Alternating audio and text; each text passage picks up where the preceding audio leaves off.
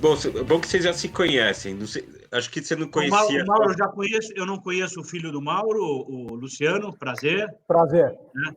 Todo meu. O Jorge também. Já conversamos por telefone, mas aí estamos nos vendo, né? Cara a cara, muito prazer. E a Ana Flávia também não conheço, muito prazer. Prazer. Esse cara Mauro já é nosso, o Mauro Imperatório já é o nosso grande conhecido de rede aí, de Assobrave. Grandes lutas juntos, hein? Esse cara que você falou com meu filho é meu irmão mais velho, viu? Ah, é? Sabe que realmente, viu? Porque ele é conservado bem conservado, e eu fico com essa pecha aí de irmão mais velho, né? Mas faz parte. Eu já vi um problema aqui, tá? Que a gente vai ter que corrigir. Tem uma camisa do Palmeiras ali atrás. Não... Olha lá. Que cenário lindo, né? Esse aí é o charme da live, pô. Essa camisa eu ganhei em 31 de dezembro do ano passado, quando eu me aposentei na Sobrave, uma festa que prepararam, e como eu sou palmeirense desde os 6 meses de idade, agora estou com 86 anos, então há 80 e tantos anos eu sou palmeirense, eles me deram essa camisa autografada por todos os craques da época, que não eram tão craques assim, mas de qualquer forma, está valendo, né? Que legal. É um belo presente, hein, Mauro? Belo presente. Belo presente. Então, eu estou aqui só pra... Aliás, bem bacana a iniciativa, acho que o assunto, o tema é bem pertinente. Eu acho que vai ter muito interesse aí, viu? É o que nós esperamos, né? Só para apresentar um pouquinho, o nosso escritório tem 30 anos, mais de 30 anos, né? E a gente muito focado nesse segmento automotivo. E a experiência é muito grande também. Então, uma das coisas que eu quero colocar é, somados os anos que você tem de experiência, o meu pai tem de experiência, eu tenho de experiência, o Padovan de experiência, o quanto dá isso, né? Quer dizer, vai com certeza passar dos 100 e tantos anos, entendeu? E a gente vem percebendo, obviamente, a gente começou a trabalhar como escritório de arquitetura prestando serviço para os concessionários. E depois de muito tempo, a gente começou a ter essa aproximação com as montadoras e hoje temos alguns contratos com algumas montadoras, principalmente do segmento premium, que trabalham desta forma, né? Porque as de volume, elas têm os seus arquitetos homologados, a gente é da Toyota, é da Volkswagen também, Renault, Nissan, qualquer outra marca, né? E é isso. Então, a gente está, assim como outros elementos aí que estão participando, entre um e outro, procurando sempre as viabilidades de interesses, algumas vezes, conflitantes entre montadora e concessionário. Não que o interesse seja conflitante, mas as demandas e as possibilidades, né? Às vezes elas não se convergem, né? Então é isso. A Ana Flávia, ela trabalhava para a Jaguar Land Rover no desenvolvimento de rede. Ela 6 anos trabalhando. Foi 6 anos Jaguar Land Rover. Fiz alguns trabalhos para a Audi, para a Ford também antes. E na Jaguar Land Rover eu fui desenvolvimento de rede e marketing. E aí agora estou ajudando aqui o Luca e o Jorge. O Luca é meu apelido, tá? O Luciano. O Luciano e o Jorge. Como o Jorge deve ter te explicado, serão 3 ciclos, né? Três painéis que nós vamos fazer. O objetivo é gerar no setor aí, não só apontamento de problemas, porque em todas as conversas de associação, de concessionários, vem sempre as mesmas questões afloram e nunca há um apontamento de possíveis soluções, ou o que fazer, qual alguns né? E a nossa ideia aqui é que a gente faça alguns debates e apontemos algumas soluções, alguns caminhos possíveis para a gente manter não é manter o setor vai se manter, mas o que a gente está querendo eu não diria nem antecipar, efetivamente pôr a mão na massa e começar a trabalhar algumas soluções. Então, como o Jorge falou, que o nosso escritório não é nem que tem novos produtos, mas é evidenciar e mostrar um pouco do caminho que a gente está vislumbrando para a atividade como um todo, né? Então, obviamente, passa por edificar a construção de concessionária, essa demanda que as montadoras têm pelo tamanho, Enfim, a gente vai trazer todos esses assuntos à tona. Sabemos que isso é um problema para todos por questões financeiras e gestão e coisa e tal, e eu acho que o próprio momento mesmo de mercado, de consumidor, de produto, ele abre possibilidades, que aí a gente vai falar do digital e depois vai falar ao último lá, que talvez você participe também, sobre as questões imobiliárias, né? Quer dizer, como fazer uma gestão. A gestão imobiliária que a gente fala ali é uma grande revisão, na verdade, porque você pega grupos como o teu, por exemplo, vocês têm um patrimônio gigantesco, enorme, né? Milhares de metros quadrados, eu diria, né? E isso, obviamente, as montadoras tendo atenção a isso, quer dizer, a redução é possível, elas são possíveis, sem destruir as demandas da montadora, que está muito preocupado com a relação, a experiência dos clientes e coisa e tal. Então, a ideia é propor um pouco essas soluções, né? Esse primeiro módulo, ele vai tratar sobre efetivamente a relação, principalmente a relação comercial entre montadora e concessionário, né? Que também é uma relação que se apresenta, de certa forma, em certos aspectos, desgastada, envelhecida, né, pela natureza de quando ela foi criada e tudo. Meu pai vai pontuar isso muito bem. E é isso, a ideia é que o Padovan, ele tem uma experiência, hoje ele é consultor, mas ele tem uma experiência de montadora, né, principalmente. Salvo engano, acho que ele nunca foi revendedor, ele sempre trabalhou, ele tem Ford, Jaguar Land Rover, Volkswagen, Subaru, né, no currículo, mas sempre como a visão da montadora. Então, obrigado, gente. Olá, bem-vindo. Bem-vindo. Tudo bom? Tudo bem, Padovan? Tudo ótimo, Eustáquio, e vocês, como é que vão? Tudo ótimo, graças a Deus. Bom falar com vocês aí. A pandemia aproximou as pessoas, né? É verdade. Virtual, né? A gente não falava há muito tempo, é coisa bacana, né? Tem um lado positivo. Quem a gente não falava e quem a gente nunca falou, quer dizer, tá juntando pessoas dos mais diferentes meios. É verdade, Jorge. Tudo bom? Tudo bom, Jorge? Ana Flávia, tudo bem? Como vai? Quanto tempo, né? Quanto tempo! Bom, Luciano, muito obrigado pelo convite. Mauro, prazer falar com você. E aí? O prazer é nosso, né?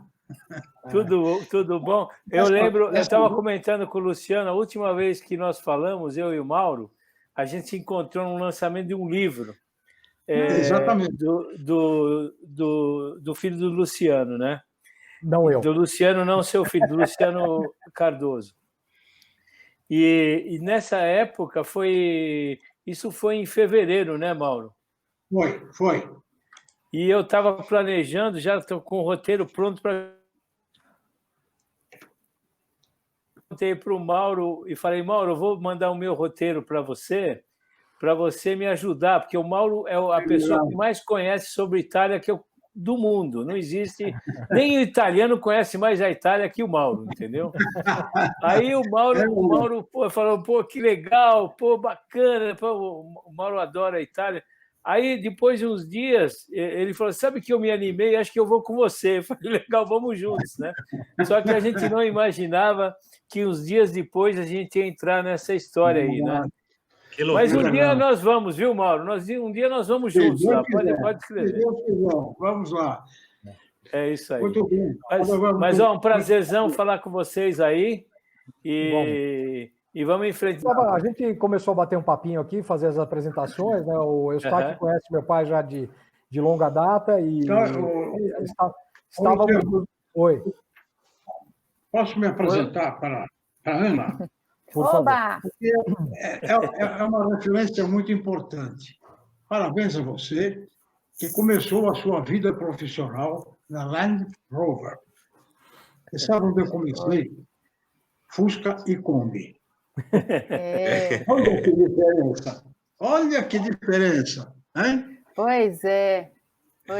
Eu tenho uma Kombi até hoje, hein? Que legal. E eu trabalhei com a Ana Flávia na Jaguar Land Rover. Foi você que me contratou, Padovan, porque eu entrei em final de 2012. E trabalhei com o Eustáquio também na Volkswagen. Inclusive, em 1964, eu comecei a trabalhar montado numa Kombi. Depois, promovido, me deram um Fusca. Oh, que Ó. maravilha! Uma bela promoção. E para o meu amigo Jean, eu gostaria de fazer um pedido.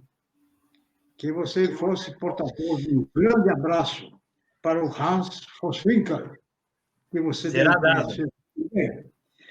Eu tenho saudade dele porque sempre trocamos conversas muito positivas. As raras vezes que estivemos juntos, sempre foram muito agradáveis. Então, eu quero que você, por favor, dê a ele um abraço de um amigo, de um admirador, porque ele é uma pessoa altamente empreendedora e digna de respeito, tá bem? Com Será certeza. dado. Assim que a pandemia terminar, viu? Porque ele está em quarentena. Ah, E se mas você, Ele se está você em puder, quarentena. é um Eustáquio, abraço virtual. Falou, eu Pode falei que deixar que eu vou transmitir, assim que maluco puder, vou dar um lá em forte São abraço Paulo. nele. Eustáquio, se você puder, estenda o meu abraço também ao seu Hans, por quem eu Pode deixar. tenho também um grande respeito e admiração. Assim como É. tenho pelo Mauro também, pela história e pela amizade que a gente tem aí. Olha, aqui, somando os anos, nós temos aí alguns anos, como o Luciano falou, de experiência dessa indústria e histórias para contar, né? Com Com certeza. certeza, Ó, com ó, certeza. vou fazer a conta rápida. Eu tenho 30, o Luca deve ter 30 eu- também. Eu tenho 38. A minha história começa em 1964. Ó, 98, mais Portanto, são 56 anos. 8 mais 56. Tudo que Destaque, aconteceu, quanto? 30. 30. eu estava presente. E é uma felicidade hoje ter a chance de falar um pouco sobre o assunto de uma forma diferente. Então, Muito a legal, palavra muito legal. a palavra de quem o coordenador determinar. Não, só para retomar um pouquinho, Padovan, a gente estava falando sobre um pouco o tema, né? Eu estava explicando para o Eustáquio a dinâmica dos três painéis. Eu acho que a gente vai acabar estendendo isso, porque eu tenho recebido, eu acho que talvez vocês também, eu tenho mandado os convites e recebido muito feedback de pessoas que talvez a gente fale um ou outro de pós-vendas, que eu acho que pode ser um tema interessante também. Então, eu acho que não vai parar por aí. O Diego da Ducati também falou, olha, eu queria... Enfim, a gente vai ter que pensar outras organizações para acomodar outras pessoas, o que eu acho muito positivo. Eu acho que o pós-venda é um tema muito interessante e muito oportuno agora também. Exato.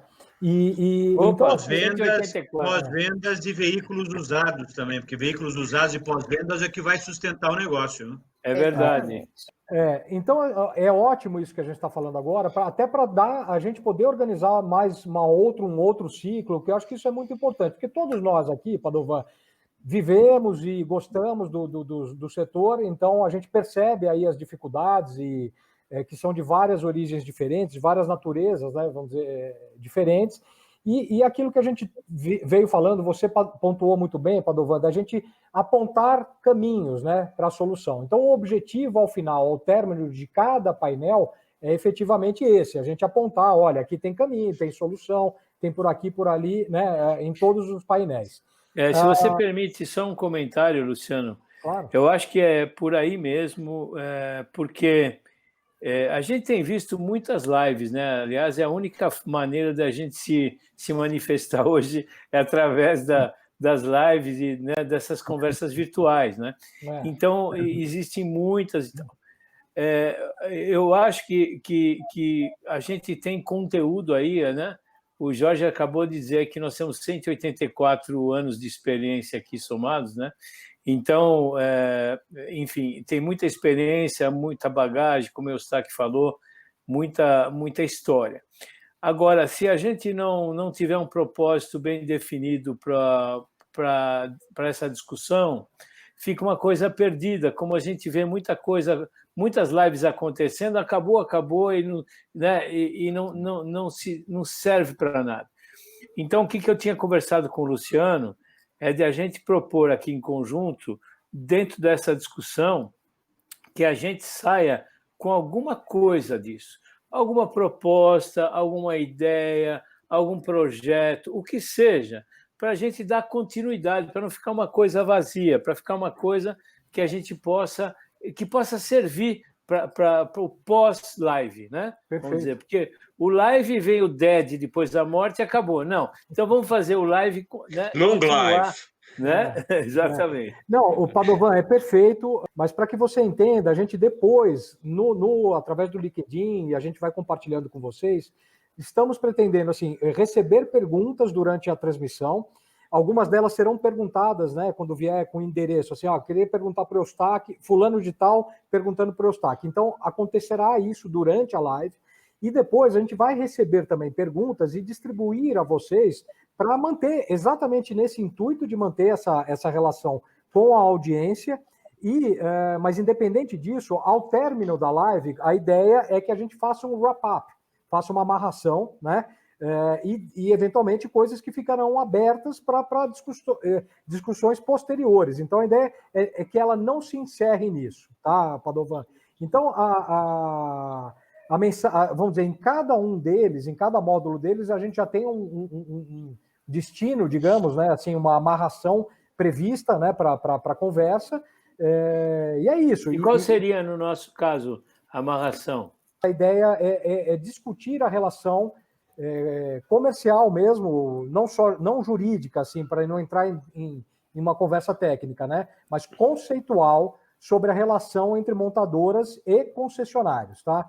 Então eu passo a palavra aí para o Mauro, para ele falar um pouquinho rapidamente e qual é o caminho, qual é a ideia. Quer dizer, a amarração a gente vai eventualmente discutir agora e falar, podemos ir por aqui, tá? Mas há uma ideia inicial, eu passo a palavra aí para o Mauro para ele explicar um pouquinho e vamos na sequência. Maravilha. Muito bem. É o seguinte, minha gente. Eu gosto de sempre traçar uma figura alegórica para a gente encaminhar a conversa. Eu imagino um jogo de xadrez.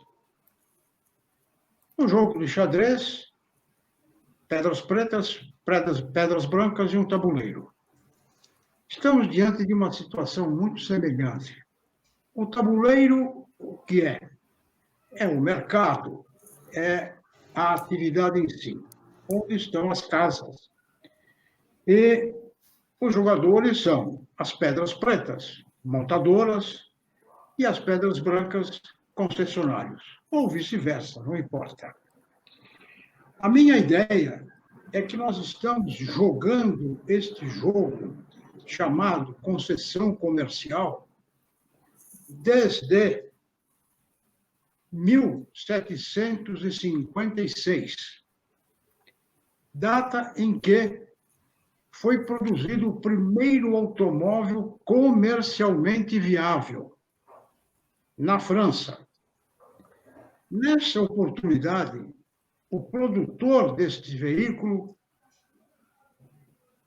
transferiu a função de comercializá-lo a um outro cidadão, que foi o primeiro concessionário ou o primeiro distribuidor. Este cidadão é que, percorrendo a própria França, Alemanha e Áustria, fez a distribuição daquele veículo comercialmente viável, produzido na França pelo seu construtor. Mauro, que ano foi isso?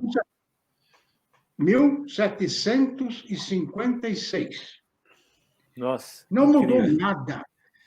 O que é a concessão comercial hoje? Uma produção concentrada que é distribuída por uma grande quantidade de distribuidores ou concessionários. É o mesmo jogo. No entanto, o automóvel não é mais a mesma coisa. É outra coisa completamente diferente. E será mais diferente ainda dentro de pouco tempo. Primeiro ponto. O segundo ponto é que o mercado não é mais o mesmo. O terceiro ponto é que o ano passado a indústria mundial produziu 90 milhões de veículos. E os distribuidores têm a incumbência de desovar ou de pôr no mercado 90 milhões de veículos durante um ano. Aqui no Brasil a história é um pouco menor, mas no fundo é a mesma coisa. O último ponto é que o comprador hoje é diferente. O comprador hoje pensa não tão emotivamente como era há muitos anos atrás. Muito menos, ele não é fiel, ele é infiel. Ele vai onde o interesse dele mandar. E nós continuamos com as mesmas regras do jogo.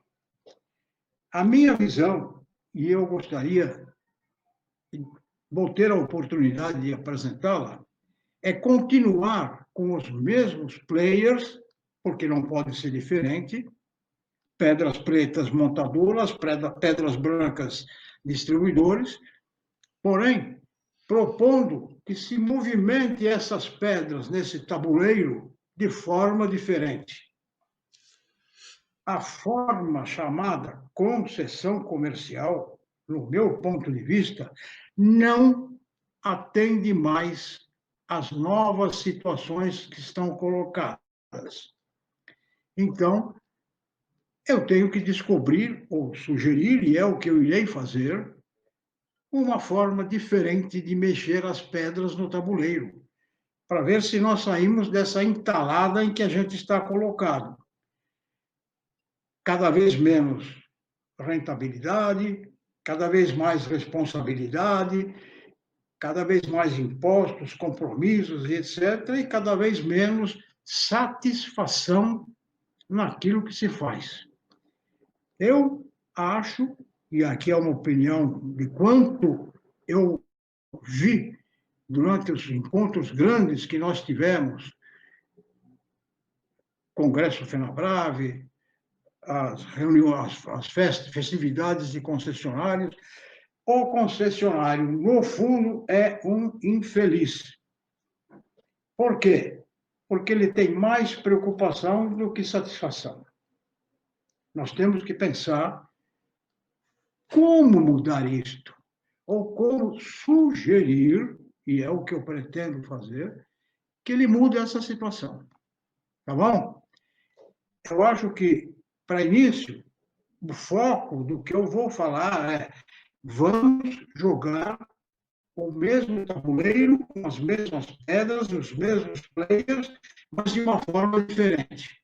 Esse assunto vai interessar para quem trabalha na montadora, para quem é concessionário, né, para o consumidor, tanto faz, né? Ele quer ou não comprar um carro, para ele não importa muito essa discussão dessa relação. Então, a gente tem que dirigir essa transmissão, né, dentro dos canais onde interessa ouvir. E depois vamos ouvir em seguida qual é a proposta do Mauro, né? Que é um assunto extremamente polêmico, né? Que tem dois lados. Sempre vai ter dois lados, né? Quando o Mauro coloca, e aqui eu não estou para defender nenhum lado, né? Eu sempre tive no meio dessa conversa, o Eustáquio sabe bem disso, e a Ana também, o Mauro, eu sempre fui um mediador nesse processo, né? O meu trabalho junto com a Sobrave, etc. A minha postura sempre foi conciliadora, mas é um ponto de tensão e sempre foi. E muito mais agora, porque agora as coisas estão mudando muito rapidamente, né? A necessidade do consumidor, né? O comportamento do consumidor. O consumidor de hoje já não é mais o consumidor de antes, né? Então, hoje a gente tem uma diversificação muito grande de consumidores. Hoje você tem as locadoras, né, com uma participação aí extremamente danosa, né, no sentido, vamos dizer, para ambos os lados, tanto para a montadora como para a rede de concessionários, embora em muitos momentos ela é interessante do ponto de vista, depende como o mercado está andando. Para a montadora, às vezes é uma vamos dizer, Um alívio, né? um alívio, né? Uma desova, etc. É um lugar para escoar carro. Exato, né? Agora, hoje, o que está acontecendo, né? Cada vez mais se vende carro para empresas e menos para indivíduos. Essa é uma realidade, né? Eu tive uma conversa com o Mauro informal recentemente, aí quando a gente se encontrou, quando a gente ainda podia frequentar boteco. Então, eu me lembro dessa nossa conversa, Mauro. Enfim, então, o que está mudando rapidamente é o perfil, né? E a gente vê muito os motoristas de aplicativo, por exemplo, no mês entre março e abril, devolveram 160 mil carros, né? Foi o número que eu vi, não sei se vocês também... É isso aí mesmo. É isso mesmo, né? Então, quer dizer, as coisas estão mudando muito rapidamente, né? Por conta também da pandemia. A pandemia, eu acho que veio para acelerar muitas mudanças que eram para ocorrer daqui anos, está ocorrendo agora. Né? É verdade. Por questão de necessidade, né? Necessidade. Tem aquela velha frase de que o sapo pula não é por boniteza, mas é por necessidade, né? Então, o que está acontecendo agora é realmente uma mudança muito rápida, muito brusca, né? Que a gente precisa entender essa mudança para a gente poder propor também algumas coisas. Acho que a discussão é saudável, é importante, mas eu queria alinhavar esses pontos com vocês e deixar aí para a gente comentar isso também. Eu queria te colocar uma coisa, Paulo. Você falou que eram, vamos dizer, 2 pontos, né? Que era o concessionário e o fabricante. E aí depois você complementou, hoje são 3, né? É o olhar do fabricante, o olhar do concessionário e o olhar do cliente, né? Então... Não, eu entendo, mas é que no tabuleiro do Mauro só tem 2. Que tem que se ajustar ao terceiro. Sem dúvida. Mas eu entendi. Padovan, o tabuleiro é o mercado, portanto, é o cliente. Sim. Esse é o tabuleiro. Em cima dele é que nós estamos jogando. Boa. Luciano. Esse arrastar das pedras tem que ser modificado. É isso que eu coloquei. Agora, já que eu peguei a palavra, você disse aí que a gente precisa, que há um conflito constante. É verdade. Você me conhece há muito tempo e durante 23 anos eu advogava numa empresa montadora. Pedi demissão, passei a advogar na Associação dos Concessionários. E a minha visão é que sempre a gente precisa ter presente as duas partes. O advogado, ou o consultor, ou o executivo, não pode sentar somente numa das cadeiras. Na figura das pedras brancas e pedras pretas, eu não posso sentar nas cadeiras da pedra preta sem considerar a pedra branca e vice-versa. Então, eu acho que sempre vai haver polêmica. E nós temos, eu acho que neste sentido, neste momento, provocar uma polêmica sadia, uma polêmica que possa reverter todo esse quadro desfavorável que nós vivemos e vamos continuar vivendo sem insistirmos naquilo que começou em 1756. Tem que mudar alguma coisa aí. A ideia, sim, é gerar uma certa polêmica, mas não dentro da tônica atual de polaridade, entendeu? Porque é isso, todo mundo vive no mesmo meio, né? Então, a ideia é buscar... sempre teremos divergências de interesse, mas o bom termo, eu não falo nem o meio termo, o bom termo é o que faz a coisa funcionar, né? Buscar esse equilíbrio. E o equilíbrio nem sempre é no meio, né? Porque às vezes um quer muito para lá, o outro quer um pouquinho para cá, o meio não é no meio físico. Então, a gente precisa chegar no bom termo.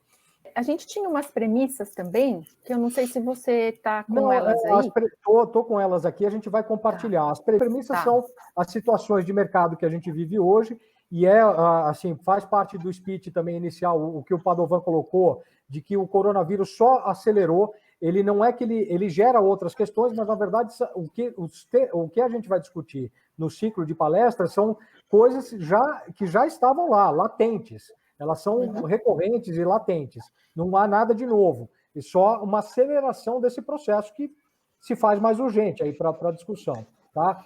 Então, as perguntas que a gente tem, a princípio, eu coloco a princípio porque elas são totalmente passíveis de alteração, a concessão comercial consegue dar respostas satisfatórias para esses problemas? Aqui está, né? E os problemas são os que a gente apontou, vai apontar verbalmente, né? Como deverá ser a relação entre produtores e distribuidores, tá? E a última essa regulamentação jurídica é adequada ao cenário atual e futuro? Essa última, ela é uma pincelada só, não é para a gente ficar, como eu havia falado, entrar tecnicamente nas questões jurídicas, né? O resultado que a gente pretende é que fique aberto para cada associação, por exemplo, para cada entidade, né, e instituição, buscar essa discussão.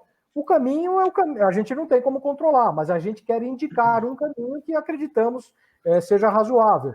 E então é isso. Eu passo a palavra para o Mauro de novo, para, de novo, rapidamente falar, olha, a ideia que ele vai colocar, qual que é, tá? Então vai lá, Mauro. Estou dizendo o seguinte, que um dos pilares ou um dos objetivos mais importantes e fundamentais da concessão comercial é assegurar o escoamento da produção. Então, ela foi criada para isto. Assegurar encomendas regulares e programadas e assegurar um fluxo constante de comercialização. Tem outros, mas eu ficaria nesses. Aí eu pergunto, a concessão comercial hoje em dia, como tal, assegura o escoamento da produção? A resposta, quem nos dá, é a indústria montadora. Ela já viu que não dá. Que a concessão não consegue isto, por outras e muitas circunstâncias. Porém, ela nos deu um caminho, que é a venda direta. Ela já resolveu o seu problema de escoamento da produção quando cindiu a concessão comercial em concessão comercial como tal, onde eu compro para revender, e a representação comercial, sem dizer isto, ela introduziu, quando ela coloca no mercado 50%, posso estar enganado, da sua produção, através de um canal que não é a concessão, porque é a venda direta, e ela é intermediada por alguém, seja concessionário ou não, nós estamos diante de uma verdade. A concessão comercial não dá conta do recado, por quê? Porque ela é travada nas contingências de mercado, políticas, sociais e etc. A ideia que eu desenvolvi é que nós temos que começar e instigar aqueles que vão nos ouvir amanhã a pensar nisto. Por que concessão comercial e não representação comercial? A representação comercial atinge o mesmo objetivo, que é assegurar a distribuição. Porém, com uma feição completamente diferente e muito mais eficiente e que traz muito mais resultados para aqueles que se incumbem de fazer essa distribuição. Na verdade, o concessionário é um partícipe da operação. É ele que vende. Ele compra para vender, para revender. O representante comercial é um agente auxiliar do comércio. Mas no momento em que ele se incumbe de difundir a marca, de trabalhar a marca, de trabalhar o cliente, de conseguir os pedidos, ele está fazendo uma distribuição, porque aquele pedido que é encaminhado para a montadora vai ser atendido por ela. A venda vai ser direta. É um problema seríssimo. Eu não me lembro agora se foi o Padovan ou o Eustáquio, tocaram nesse assunto, que é a venda através de clientes de grande volume. Obviamente, isso impacta a própria concessão comercial, porque o fabricante, a montadora, está usando 2 canais. Um direto dela, que é para pessoas jurídicas, e o outro do concessionário, que é para pessoas jurídicas e físicas, com um agravante.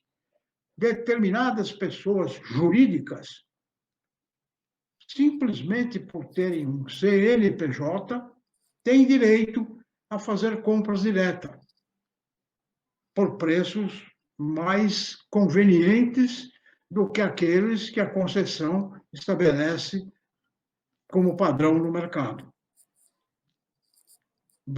Quando eu falei que a minha visão é mexer as pedras no mesmo tabuleiro de uma forma diferente, é nessa direção. Não vejo possibilidade de continuar insistindo na concessão comercial. Eu já tinha manifestado isso a boca pequena, na Assobrave, pronto, porque era lá que eu estava, para determinados concessionários mais esclarecidos ou mais preocupados. Eu vou usar uma expressão que a Ana me perdoe. A concessão comercial é mais ou menos a mesma coisa que desodorante vencido. Não adianta passar um desodorante vencido, porque ele não vai surtir efeito nenhum. Consertar o quê na concessão comercial? O quê? Me digam. Não há o que consertar, porque é impossível consertar. É verdade, Mauro. São tantas as pressões que não dá para consertar. É a mesma coisa que nós 6 aqui, né? Nós compramos um carro há 10 anos atrás e nunca fizemos a manutenção desse carro, etc, etc. O que adianta reformar esse carro agora? Ou é possível reformar? Tem que desmontar inteiro e remontar. É esta a minha visão. A concessão comercial, em face das grandes mudanças que ocorreram, e que durante 2 séculos se processou da mesma forma, não atende mais. E dizer o quê? Não quero mais concessão, eu quero representação. E como é que faz com as garantias que a lei Ferrari, etc., dá para nós, como concessionários? A representação comercial é regulamentada por uma lei anterior bem anterior à lei da concessão. Ô, Mauro, E ela dá as mesmas garantias. A mobilidade realmente muda o perfil do consumidor, né? O consumidor vai usar muito mais por demanda do que ter o bem adquirido, né? Isso não você vai comprar a não só para mobilidade. carro, né? Não pra Isso serviço. vale para casa de veraneio. Hoje o cara É quer tudo. usar o Airbnb, não quer ter uma casa na praia com todos os custos.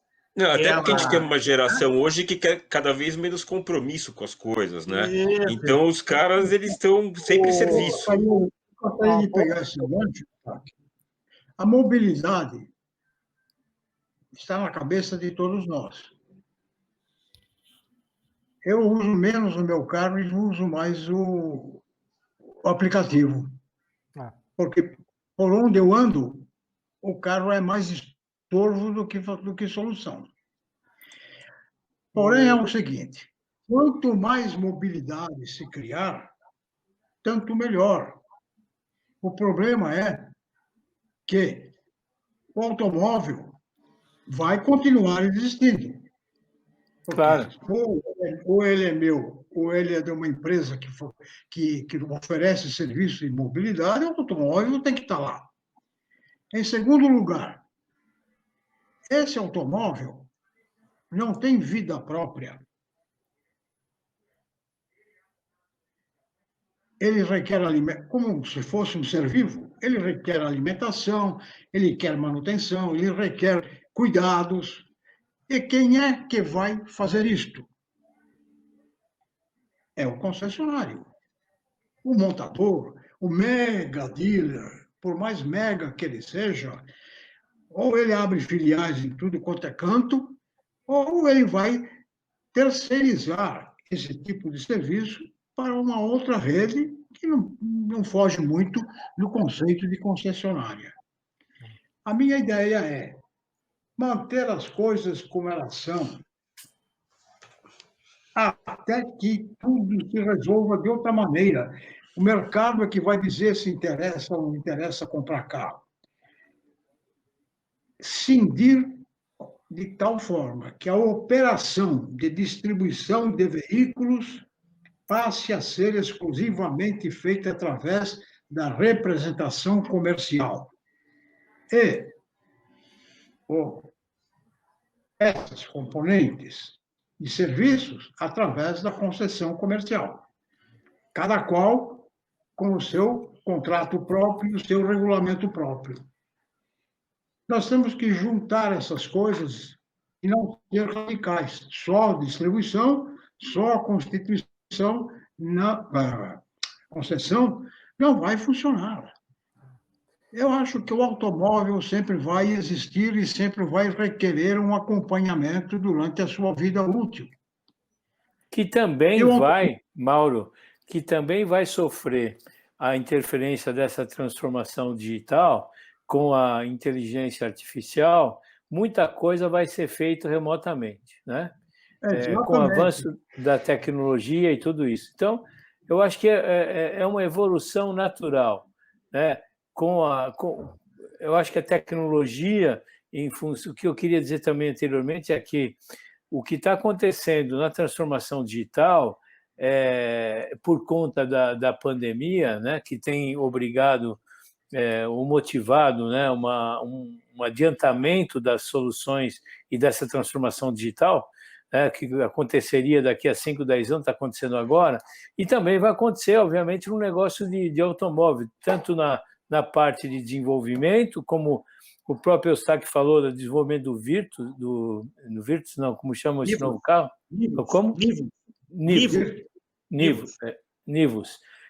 Vai acontecer em todos os setores, inclusive também no setor de vendas e serviços, né?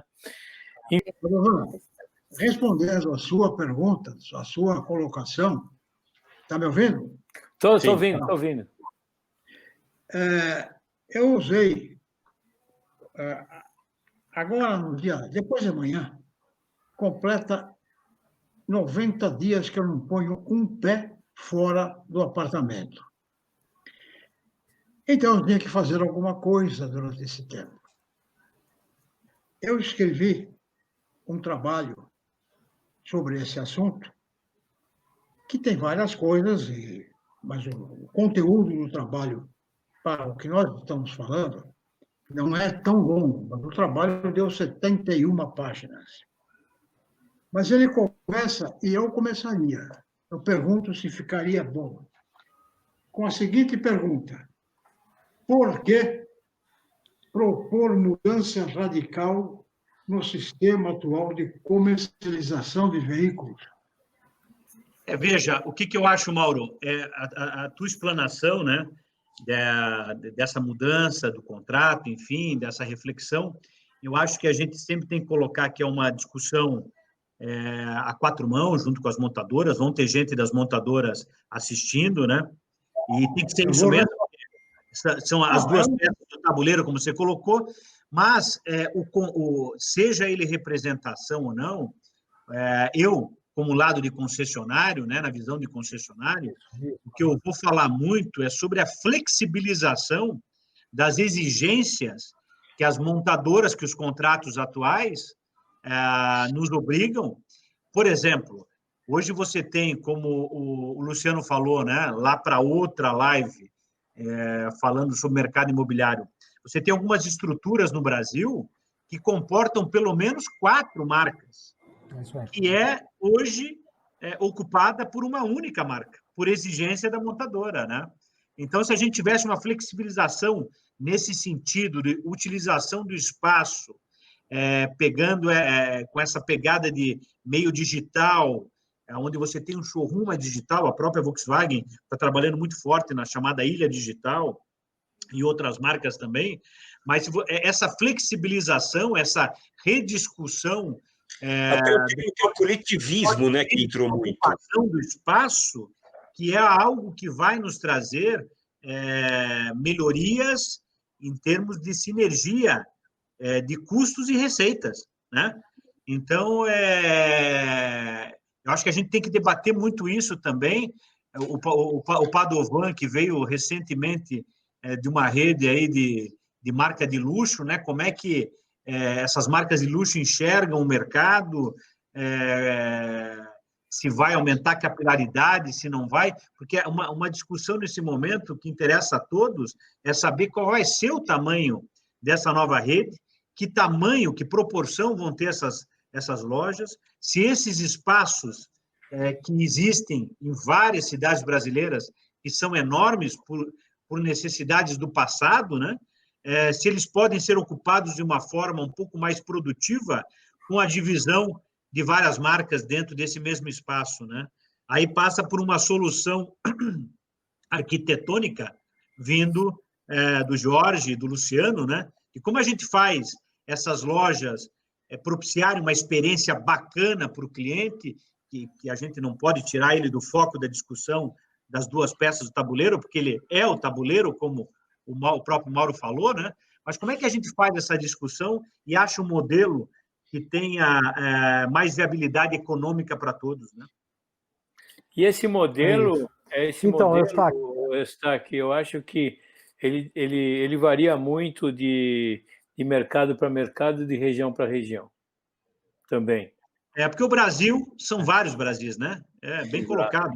Por exemplo, quando você fala São Paulo, quando o Mauro falou que faz mais sentido para ele usar o aplicativo, São Paulo realmente não tem... Você paga R$40 a hora para estacionar teu carro, não tem sentido, né?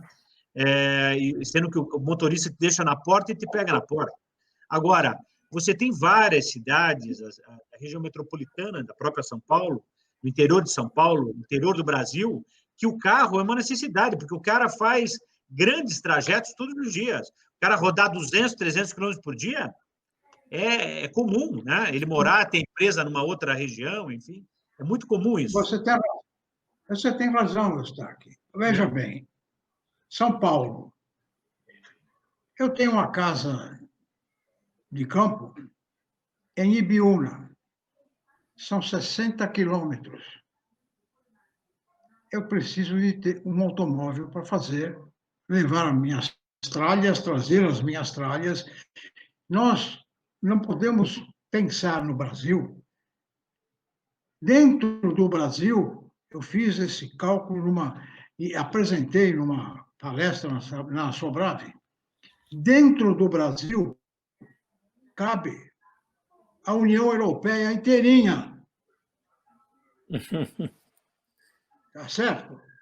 Como é que a gente pode imaginar determinadas coisas num país que tem gente morrendo de fome aqui na minha esquina? Tudo isso que vai acontecer, vai. Mas durante muito tempo, nós vamos ter estrada de terra, as estradas miseráveis que nós temos e algumas autoestradas em alguns estados aquinhoados por uma melhor administração. Nós tivemos, há um tempo atrás, um grande passo na tecnologia, que foi a utilização do gás, que é feito de petróleo G, para o motor a combustão. Isso aí vingou onde? Nas grandes cidades. Por quê? Porque o abastecimento não se fazia presente a partir de determinada distância que você estivesse viajando. Então, a tecnologia que virá vai impactar de forma evidente, mas nós temos que viver até lá. E como viver até lá, quando este Brasil comportar todo este paraíso que a gente imagina ser o convívio e o comércio e tudo mais? Vai levar tempo. Então, eu me preocupo botar aqueles que vão nos assistir amanhã, que são os concessionários, como você, João, a pensar e pressionar, através das suas associações de marca, a pressionar no sentido da gente, se é que é verdadeira a alternativa de que as vantagens que a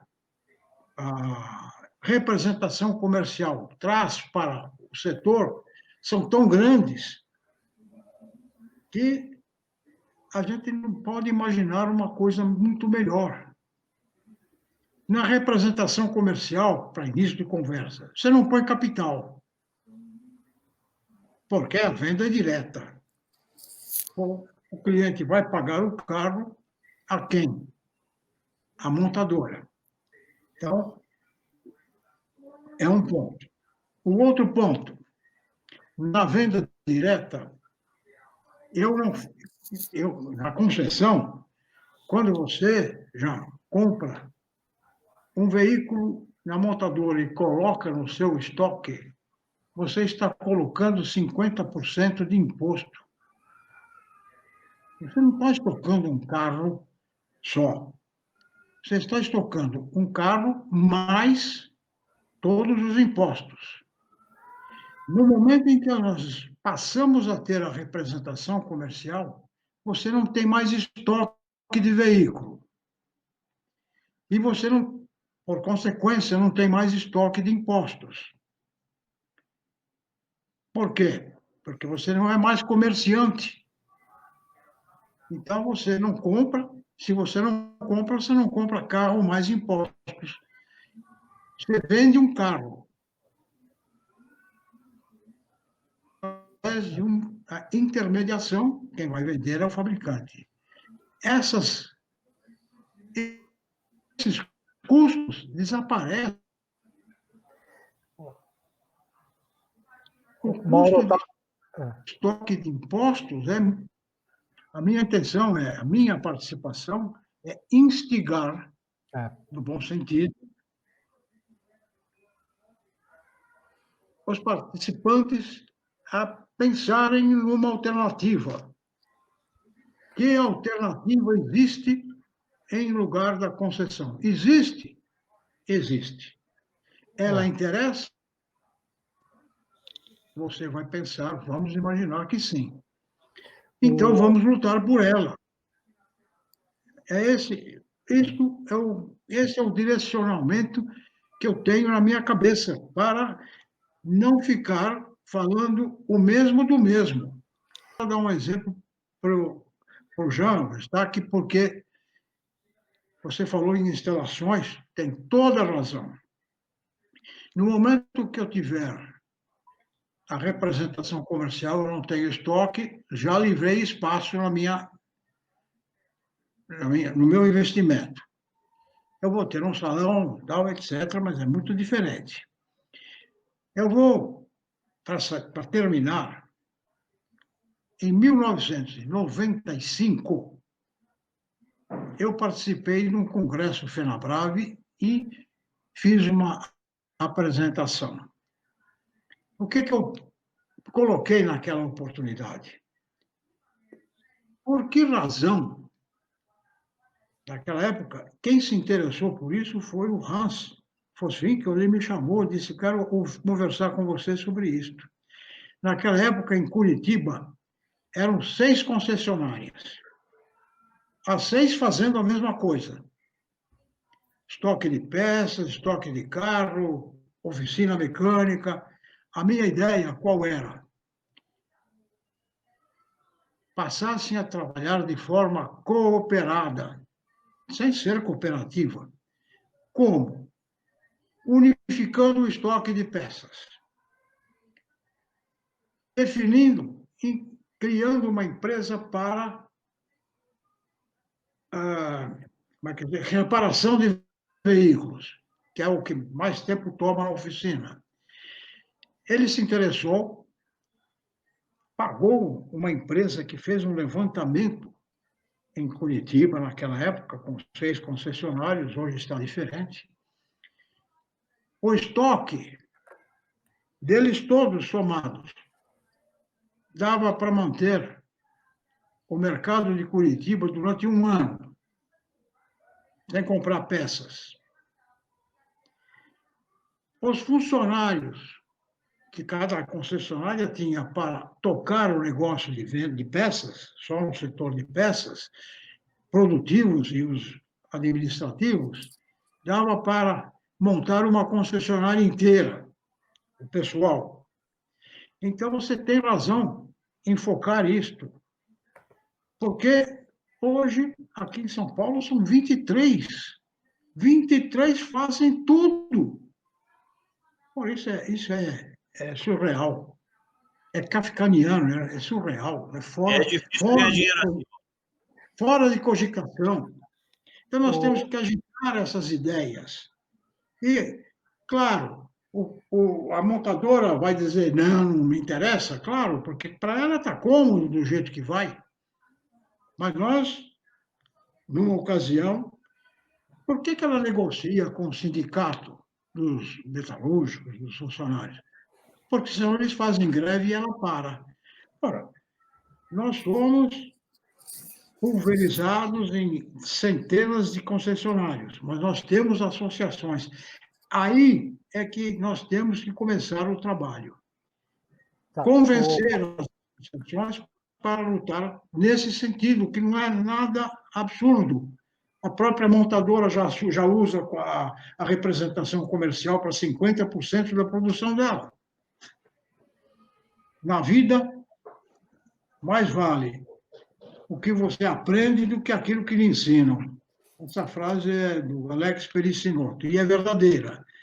Quem está me ensinando que a representação comercial é o caminho é a própria montadora. Tá bom. Eu não tenho dúvida. E você matou a pau. Quem direciona isso é o teu tabuleiro, é o mercado. Não tem como, não tem saída.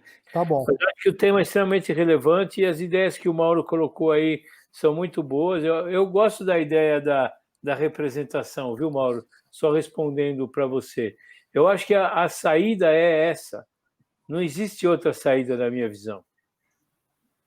Ótimo, e esse é o ponto que a gente quer chegar. Como arquiteto, a gente enxergou a mesma coisa também. Eu não sei o que o Eustáquio pensa, mas como que é o outro lado da mesa, né? Quer dizer, o outro lado... Eu acho que veja, É uma coisa muito antiga com os dealers, essa coisa que a representação daria o cliente para a montadora. Mas o que a gente viu nos últimos anos, com o CRM hoje, todo ele linkado entre dealer e montadora já tem esse cliente, já não é? Já tem. É o que eu falei. Quem manda nesse jogo é o tabuleiro, cara. Ela já tem.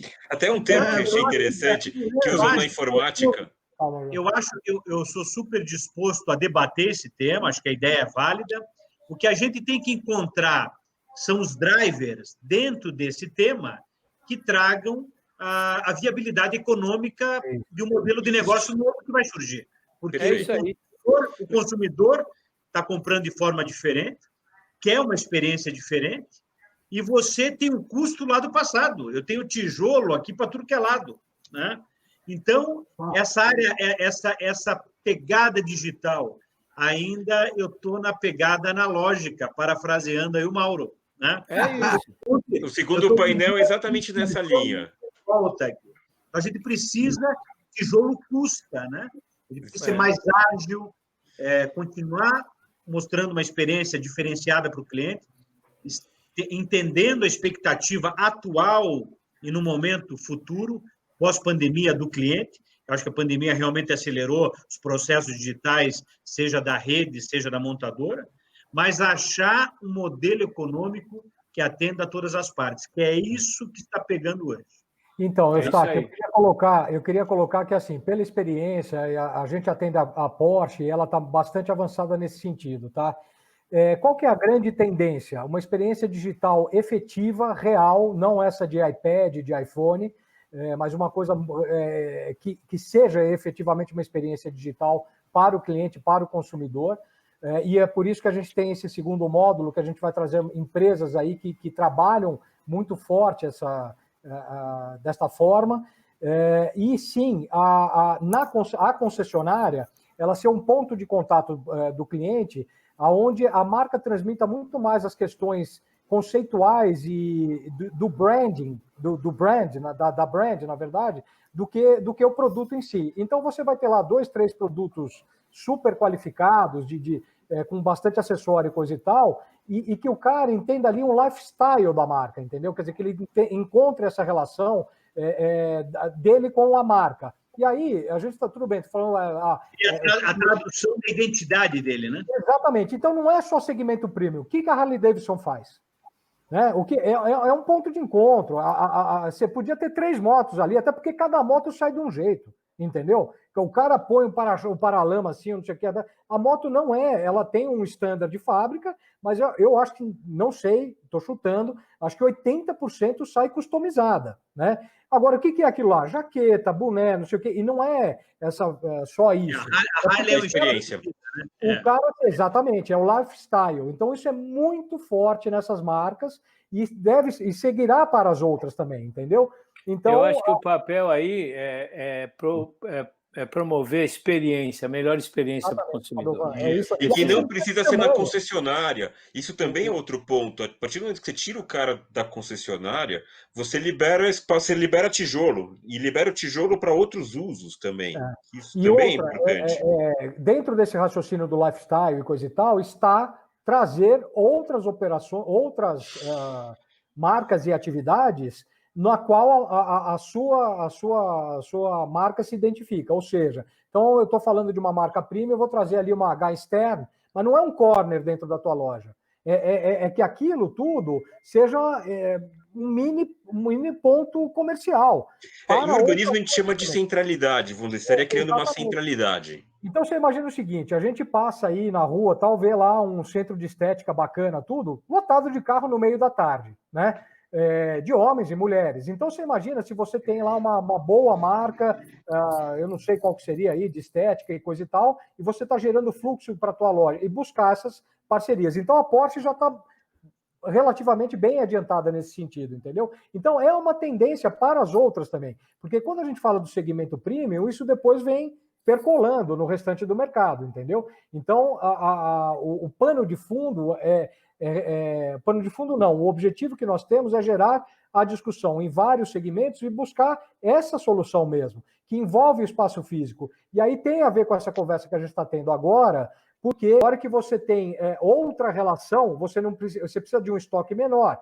A hora que o pós-venda pesado sai da tua revenda, por exemplo, porque para cada vaga de trabalho você precisa de 3 a 4 de espera, né? Então, a hora que esse estoque sai, essa necessidade sai, e você trabalha só o serviço rápido, que é muito mais rentável e muito menos, demanda muito menos espaço físico, de peças e de estocagem, de tudo, você consegue otimizar o teu espaço físico. Então, é trazer um benefício, entre aspas, fiscal ou de investimento, através da mudança de modelo, porque é isso que estava sendo colocado agora. A partir do momento que eu não sou... Porque a fábrica fatura para você, queira você ou não, porque você tem um contrato com ela, certo? De vender X carros por mês.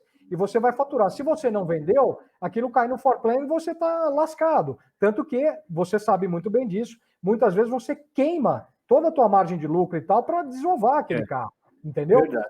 Então é isso. A hora que você tem uma concessão, não uma concessão, perdão, uma representação comercial, você atravessa, você é um atravessador, entre aspas, um corretor.